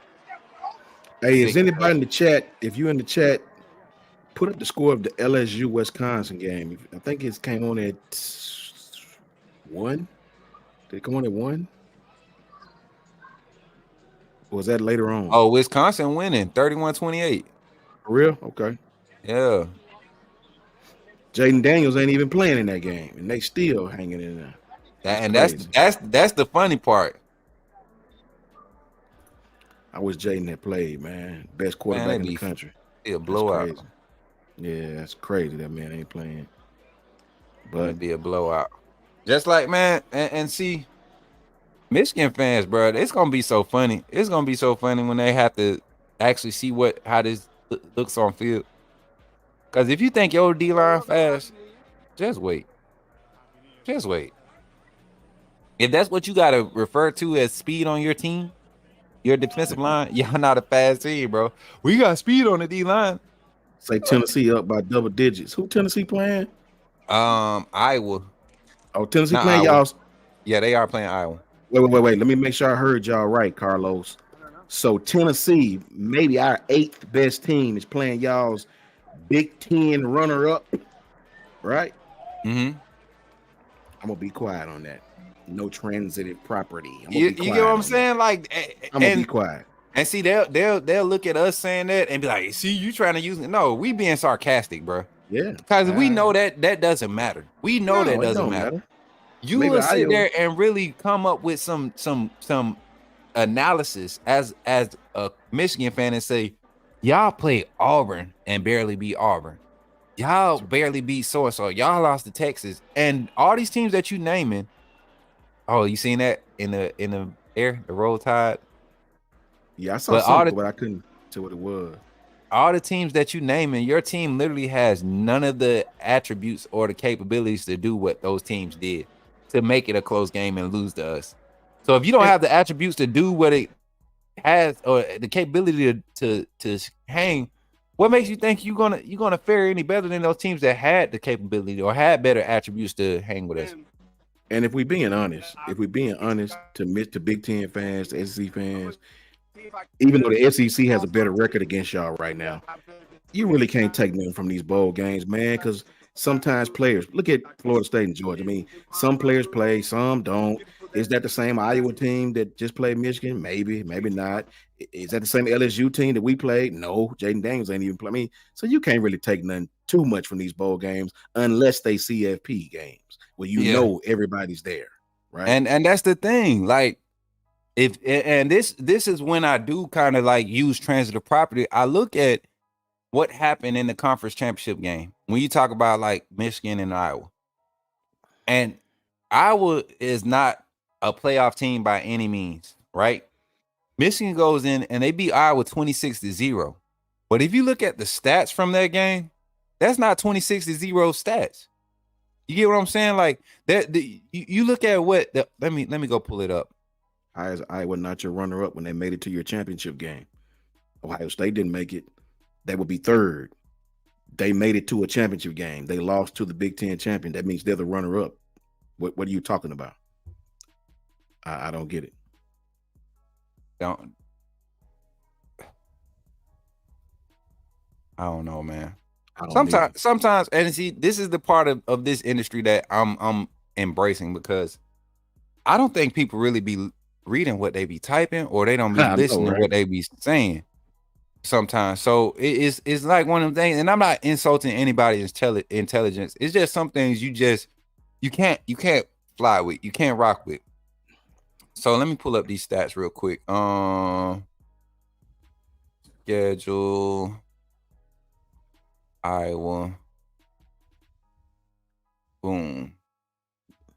So McCarthy went for 22 of 30 for 147. Once again, no 200-yard passing game. Efficient passing game. Big dunking and, nickel and diamond. Blake Corum, 16 carries for 52 yards for 2 TDs. That's 14 of your 26 points. And then I think your defense scored twice. Let me look at the box score. Let me say this while you're looking that up. Go ahead, bro. Adam, when they talk about the Arkansas game, tell them this. Here's a transitive property for them. Ole Miss beat Penn State like Penn State stole something, right? Ole Miss beat Arkansas, that very Arkansas team they keep talking about, only 27-20, bro. See, you can't compare SEC stats to SEC stats and gain something from that when you're in another conference, right? Because as you notice, it's much, much easier to whip you than it is other SEC teams. And that's just the truth, right? Ole Miss barely beat Arkansas 27-20. You would say, oh, Arkansas is terrible in the SEC, right? We go play one of your best and beat them like they stole something, right? So pay no attention to that, brother. Pay no attention to that. They don't know. Look, how they do it, class? Question. I didn't know they played this game that trash. Yeah. They beat Iowa with 4 field goals and 2 touchdowns, bro. But they'll say that's the same as scoring 26. They don't know, bro. You gotta cut them. So check this out.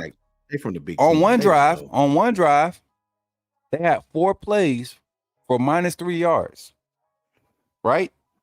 And they scored on that drive with a 36-yard field goal. You get what I'm saying? So was it like y'all clearly didn't play an offense that was where'd the ball? I want to see where they were getting the ball to start and drive. First drive, the field goal drive was on. It was a touchback. They drove the ball. 13 plays for 52 yards, right? Field goal. Their scoring drive, 2 plays for 5 yards. They got a turnover. 6 plays. They returned the ball. Punt return for Samaj Morgan for 87 yards. You scoring 2 plays. Nothing impressive. You run the ball twice against Iowa. Let me ask Carlos this. So, Carlos, by your same logic, Auburn got torched by Maryland. Auburn beat Alabama, basically. So let me ask you a question, Carlos, by your same logic, right? Don't get cold feet, homie. Ole Miss whipped Penn State, the same Penn State that you struggled with. We both can agree. I can get Coach to pull the stats up, the score, everything. So does that mean Ole Miss would beat Michigan? I want an answer to that question. Now, don't get in the weeds, homie. Keep it focused on your same logic. You said Auburn got beat by or torched by Maryland. Okay. Auburn beat Alabama, basically. That's the stupidest thing I've heard in my life. But hey, Ole Miss beat Penn State like they stole something. And players was laughing at halftime. So worse than you did. So does that mean you would lose to Ole Miss, Carlos? By your same logic now, because if you was really a football guy, you would know Alabama and Auburn is a rivalry game. You would know going to Auburn is always tough for Alabama. That's nothing new. It's been like that for 15, 20 years, right? Just like you in Ohio State, right? Just like Florida State and Florida, that everybody told me give them a pass on because it's a rivalry game. Cool. So by your same logic, does that mean Ole Miss would beat your team? Yes or no? Sean, real quick. I want to hear this. Even bump the transitive property. I'm looking at how y'all beat Iowa. Iowa forced 1, 2, 3, 1, 2, 3.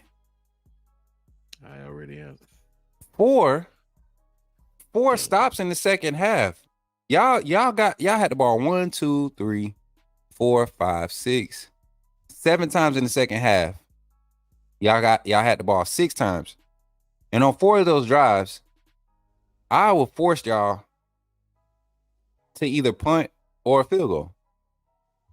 You only scored on 1 drive in the second half. Jesus Christ, man. Y'all in trouble. Y'all in trouble. Y'all are really in trouble, Michigan. Auburn got torched by Maryland. Auburn.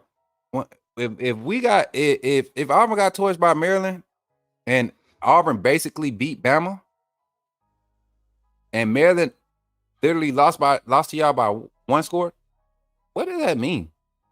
Here's another transitive property for you. You're talking about a game you won 26-0 with 2 offensive scores. 2 offensive, like with your offense on the field, no special teams, 2 offensive scores. They had how many turnovers? I bump it. I can't deal. I just know today, only way, like you said, only way Bama lose this game is by lack of discipline if they don't show up. That's what we call not showing up for Alabama. When you go into a game and you have 10 plus self-imposed penalties, things of that nature, that's when Alabama loses. Not very often can you beat Bama straight up. And Michigan gonna have to beat us. They're gonna have to really beat us. They're gonna have to hope for some of that stuff. 2 things, Carlos. 1, Ohio State, you know, the team that I guess you're calling the Big Ten runner-up, you know, they didn't make it to your championship game. They lost to, they didn't even score a touchdown against Missouri. I don't give a care who was there, who wasn't there. They didn't even score a touchdown against Missouri. Does that mean Missouri's defense is better than y'all's? Is that what that means? Right? They didn't even score a touchdown against Missouri. They only got past the 50 twice. Does that mean Missouri's defense is better than y'all's? Right? You talk ridiculous. But I like you, though. I like you. You said, where is Bama's 26-0 games?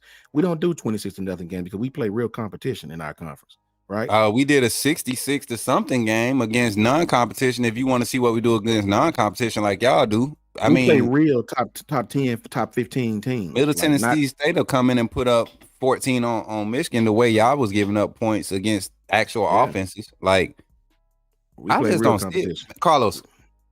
Real competition. Carlos, for your sake, Carlos, and for the sake of other Michigan fans who actually think like you, I'm gonna say this and I'm gonna leave it alone.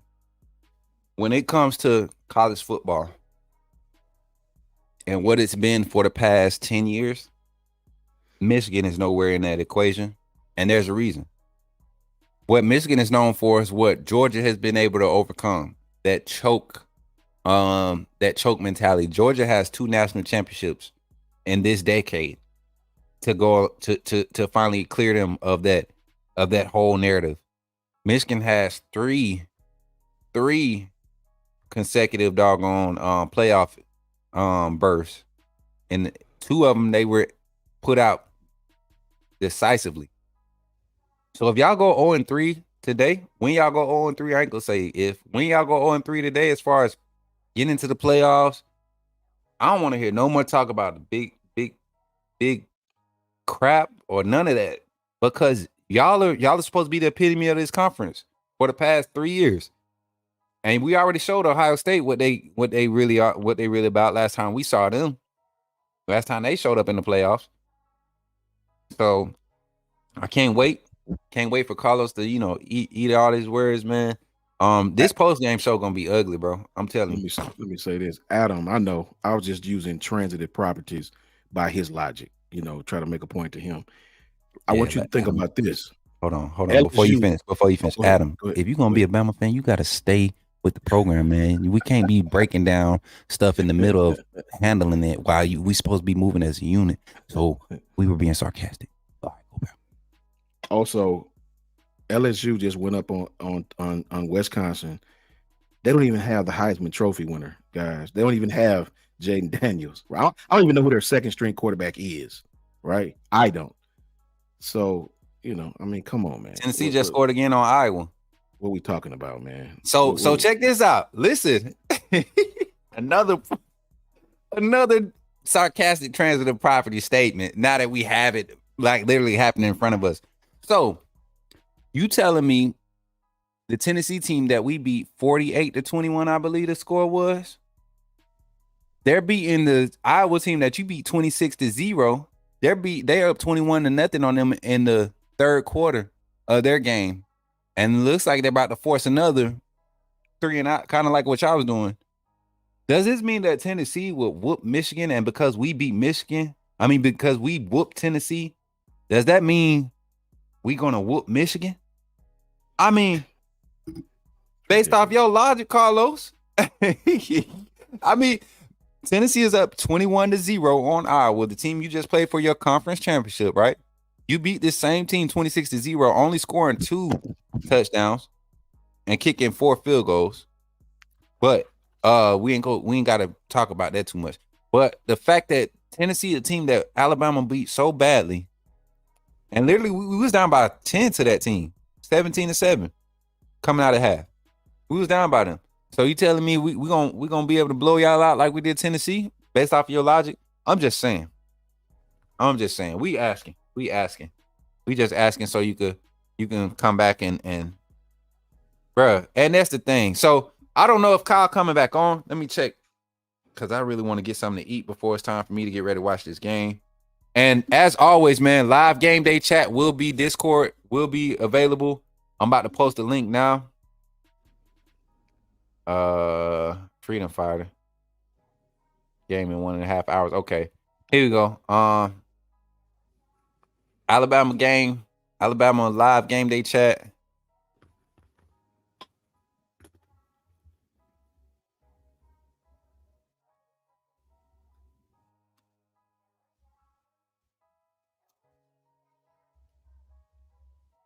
All right, and then I'm gonna post this right here.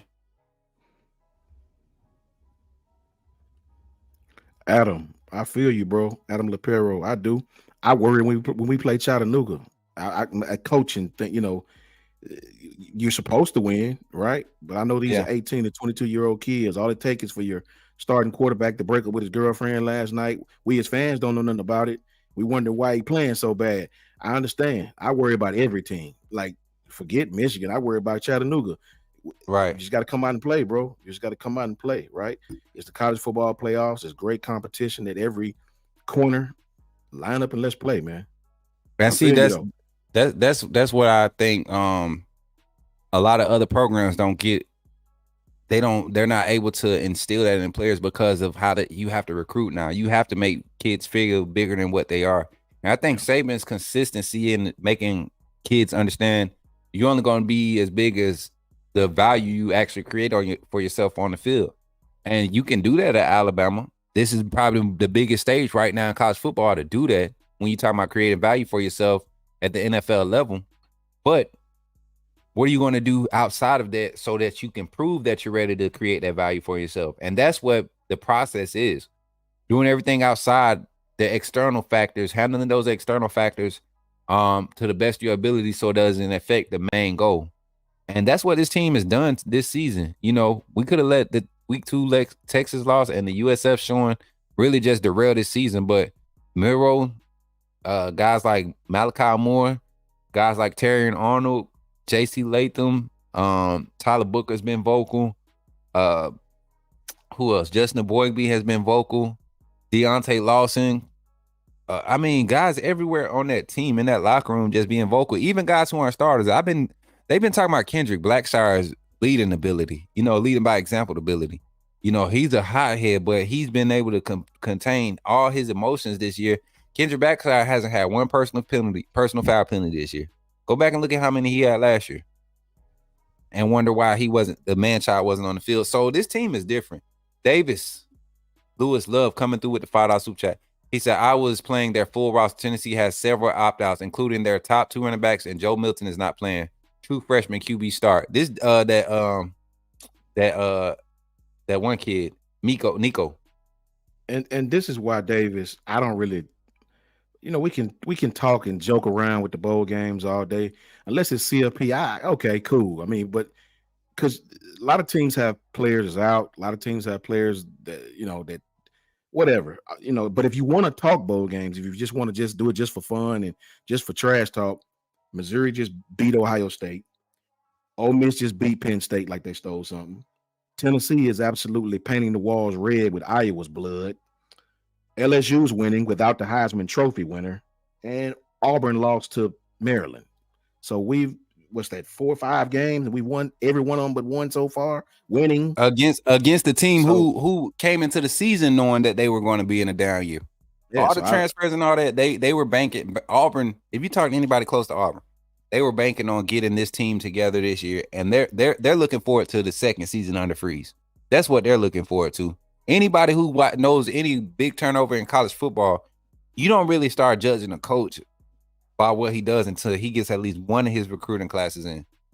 That means two years at most. And now, because of college football and how early signing day is, you kind of that timeline has been cut shorter because you get guys on earlier. You start getting guys on earlier, you're able to implement them. They're able to play more as freshmen. I guarantee you Auburn will have a lot of transfers and true freshmen on the field in the field on both sides of the ball next year. With the type of transfer portal action that Hugh Freeze is doing right now. Same thing with Lane Kiffin. He got some studs coming in with their recruiting class. It's not a high-end recruiting class as far as signees 5 stars, but he got some studs, some gems that he was able to pick up. And y'all see what he doing in that transfer portal. So be looking out for Ole Miss. But today ain't about all that. We're going to end this show, y'all. We've been live for 1 hour and 30. We're going to get ready for this game. We got kickoff here. Hold on, Coach Mook, real quick. Shout out to James Richardson. James, you already know, bro. I told you Kirby's going to try to press the line, bro. You know what I mean? Everybody know Georgia should be in these playoffs, bro. That's why I'm just so happy we going to 12. Much respect to you guys. You know what I'm saying? Y'all beat Florida State like they was a stepchild. Not even a stepchild. You beat them like they was a stepchild. They wasn't even a stepchild. They was like the dude you caught in your daughter's room while she was asleep. And you know he ain't supposed to be in there. You ain't see him doing nothing, but you know he ain't supposed to be in there. Like, why are you in here with my daughter? And then you beat him. And then afterwards, after your daughter say, Daddy, he ain't do nothing, you like, oh, my bad. That's what that felt like watching Georgia, Florida State. Sorry to get that vulgar, but that's what it felt like. I don't think Florida State players deserve that. They didn't deserve that. But because of the fans and this doggone the senator that writing letters and using the people's taxpayer dollars, that's why that happened to Florida State, because Georgia was watching all that happen. They was like, they really think they better than us. They not even gonna give us our respect to say that we should have been number 4. You know, and they really think they supposed to be in over us because we was the number 1 team and lost to another playoff eligible team. Man, please, we don't care who opt out. Hey, Phone Dubs, FFONDUB. I would tell you, but we can't use that type of language on this channel. I would tell you that's a good question. That's a good. Just go look. If you want to hear the ultimate one, I challenge you, Phone Dubs, to Google Kirby Smart's speech before Georgia plays TCU. I ain't never heard nothing like it, bro. I have heard something like it, but it'd be similar to that. It'd be similar to that, Phone Dubs. I'm gonna give you my G-rated version. He said Sean and Smoot is a K. Why y'all country boys always put a T on the end of my nickname, Smoot? Because of Fred Smoot. Fred Smoot. Everybody with us, Smoot. But as a coach myself, saying he's a coach, what would your pregame speech sound like if you were in the Bama locker room? So and me, this is how I am as a coach. Y'all see my energy, but me, I'm the type of guy, I go black. Like the last 5-10 minutes before it's time to get ready, like when we about to do the prayer and everything in the circle, I go black. I don't want none of the hype music playing, none of that. That 5 to 10 minutes right before, when we lining up at the door to walk out the locker room or whatever, it's black. And I want eyes. Everybody looking at me. I don't care if you the trainer, whoever. When I have my offensive team group off to the side, whatever part of the locker room was, everybody looking at me. I don't want you holding no helmet. I don't want nobody standing up. I don't want nobody rapping in. Everybody looking at me. Practice is over with. Talking is over with. All that hype, all the film is over with. It's only one thing that's going to determine who comes out with the win this game. And that's with you handling your job, beating the man across from you every play. There's no man, there's nobody out there worked harder than you to get to this moment right here. Nobody.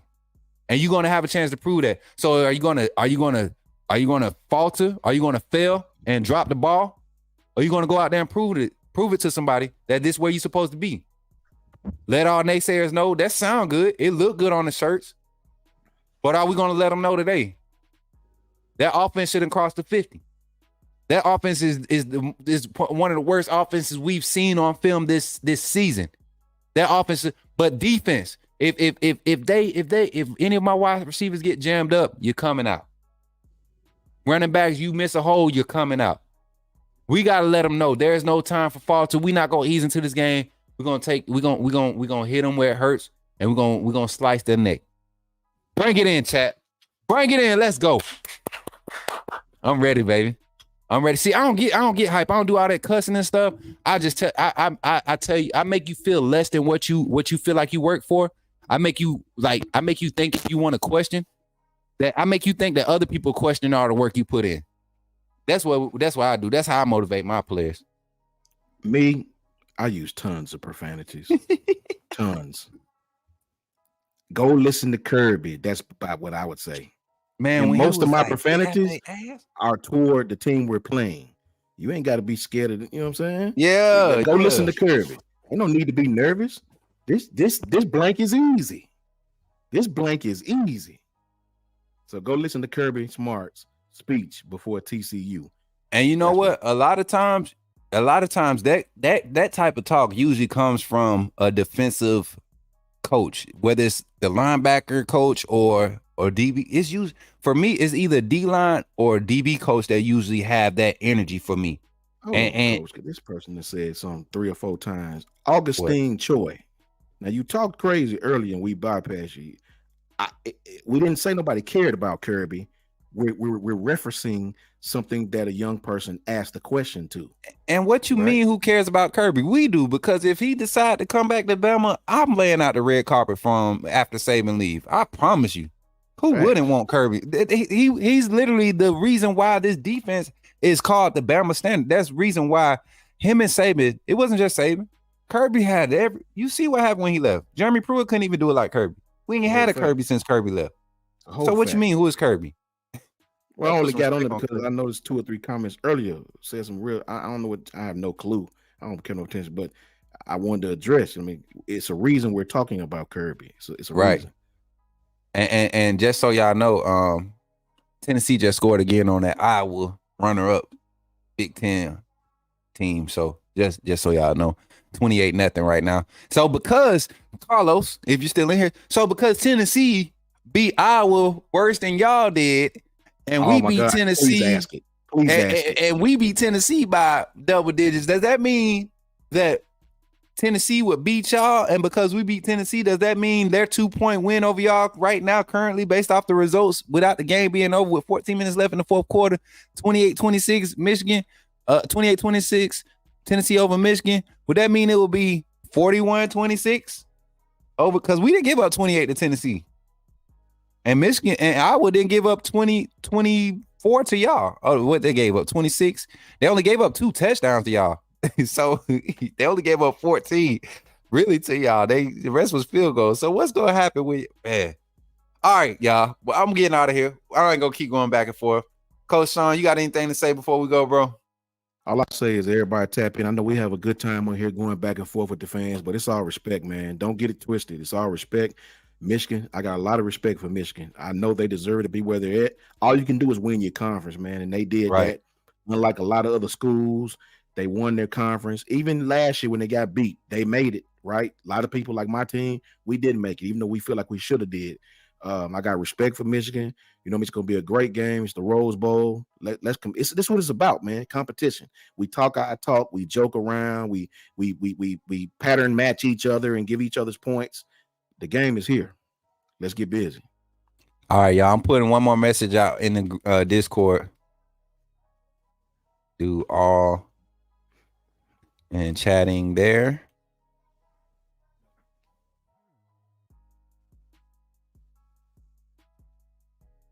All right, so I'm gonna put this link out here for y'all one more time, y'all, as we close the show out.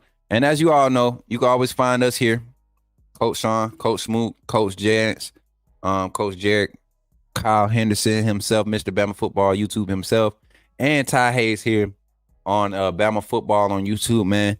I think Ty is actually, I'm not sure. I'm gonna text Ty and see if he's gonna be on the post-game show with us.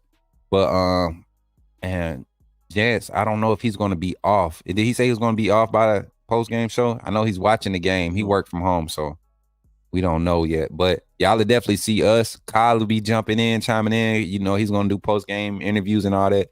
And regardless, win, lose, or draw, you will see us here.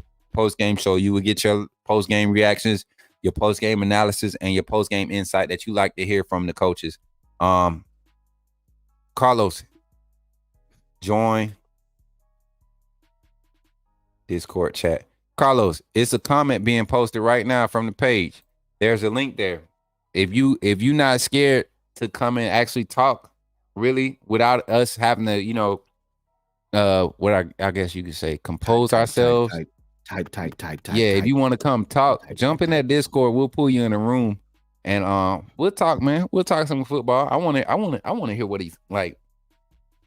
He ain't gonna come. He type. You better not talk like this either. And like, you better not be one of them trying to talk trash. You know what I'm saying? Like, come on, man. And we joking, y'all. We joking. I hope nobody think we bullying, but he's a Michigan fan. Ain't no love for Michigan right now. Connor Stallions, hey, pull up in that corner. I don't think there's nothing in the Discord chat that you could use to, you know, steal from us to try to beat Bama unless you watch the live game simulation preview. But at Coach Smoot on every platform, it's your boy. At Coach Smoot on every platform. We're growing. Twitter, y'all, we almost at 900 followers. We almost hit 900 before the year was out. So keep on jumping on, following. I definitely appreciate it. And we about to get Coach Sean up there too, because we've been doing a lot of Twitter action this past week. We've been getting a lot of action on Twitter. So appreciate y'all for supporting. Coach Sean, tell the people where they can find you, bro. Right here on Bama Football on YouTube and at JMHO Sports Talk. That's just my humble opinion. Just a little icon with me doing this like this. Tap in. You guys have always tapped in, bro. You know what I mean? JG, you already know, bro. Yes, I can't sir. even do it on here. Roll Tide to you all, man. You know, let's get this money, right? And Carlos, you talk a lot. I give you that. I give you an A for effort and talk. But the game is gonna be talking has never won a football game, Carlos, my boy. We'll see here in just a second what it is. We'll know. You know what the sad thing is though? I can't even call you coach because you ain't talked football yet since you've been in here. You just been trolling the whole time. Not once had he said anything football related. I got one question for Carlos. Yeah, it's really one Coach Mook asked you, but you never answered, Carlos. Real quick before we get off. This is from the whole chat to me, to you, Carlos. By your own logic of the way you've been asking these questions about us in Auburn. So since all these SEC teams, so since Tennessee beat Iowa worse than you did, does that mean Tennessee would beat Michigan?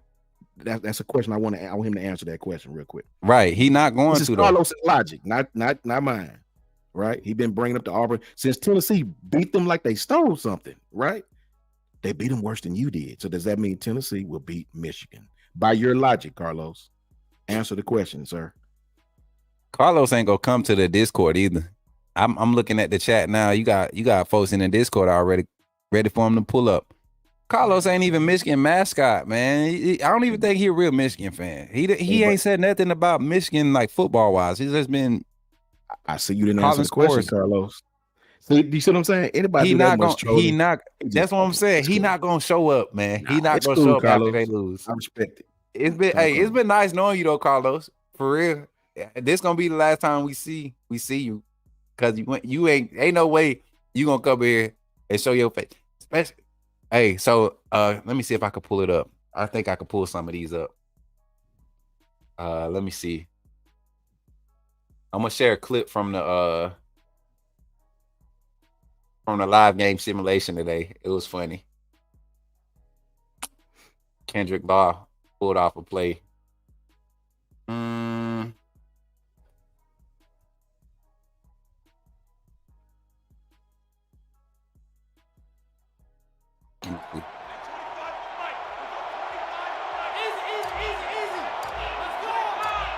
You see that score?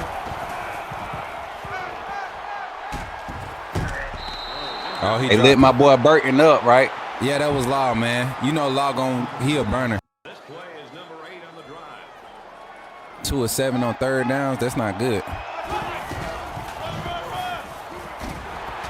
You see that hole opening up? Good run, Jace. See that hole opening up? Good run, Jace. This how we gonna end the show, y'all.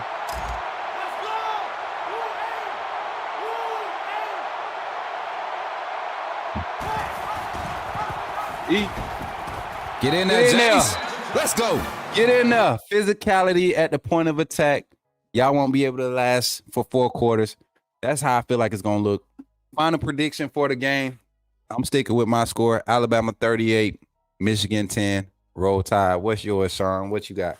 I got Bama by 10 points. Bama by 10. And that's how we're going to call it, man. It's your boys, Coach Smoot, Coach Sean, with Coach Jay in his absence, Mr. Kyle Henderson himself, Mr. Bama Football. Y'all see him pop in. And shout out to Ty. Man, me and Ty was supposed to link up yesterday before he left, man, and weather and all that stuff didn't permit. So it was, bittersweet, but definitely. My boy said smoking dope by 10 points. Yeah, I'm smoking something else because I think it's going to be worse. But, yeah. Hey. Type. That's what he want to do, man. That's what he want. We're going to change Carlos' name in the chat. That type. Pull up. Like I say on Twitter. Pull up. 10. Let me see your face. Shout out to Al Sanders. Shout out to everybody who pulled up in the Discord and actually talked and actually laid it down. Shout out to them, man. Real. Yeah, shout out. Hey, and one Michigan fan I do want to give that credit to, and shout out Mike Ford. He's in the Discord right now talking football. Mike Ford, shout out. Probably one of the most objective fans I've seen from any fan base, but he's a realist, and he made me, Coach Jay, a lot of things that was said this week made me go back and rewatch Michigan film. But I can't lie. I like Connor Stallions. Hey, Connor Stallions was just doing what he was paid to do, bro. We can't be faulting Connor for doing his job. That man had to get a paycheck. Appreciate you, James Richardson. You already know, baby. SEC. Yeah, man. This channel is legit. I don't care if it is Bama. Hey, appreciate that. That's a lot coming from you, James. You diehard Georgia. I seen you interacting on some of them other. Now, what I did do, bro, that week of the Georgia game, and I don't usually do this. I went and I tried to find other Georgia analysts or content outlets that do. It's some good Georgia content out there, man. Some good Georgia. It ain't just Big Lou. He ain't all the Georgia content. He's definitely not. It's some good guys, up and coming guys y'all can go check out. But yeah, Roll Tide. That's your boys. We're out. Hey, and from now on, when y'all reference us, no, and this ain't like on no like status done. This is something we trying to build.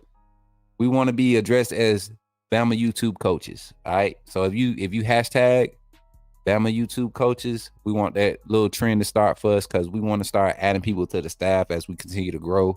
That don't mean everybody gonna get on here and be able to talk, but we definitely want to grow the network, man, and that's what we're trying to do. So much love. Y'all be easy. Roll Tide, and we'll see y'all after the game, man. Roll Tide.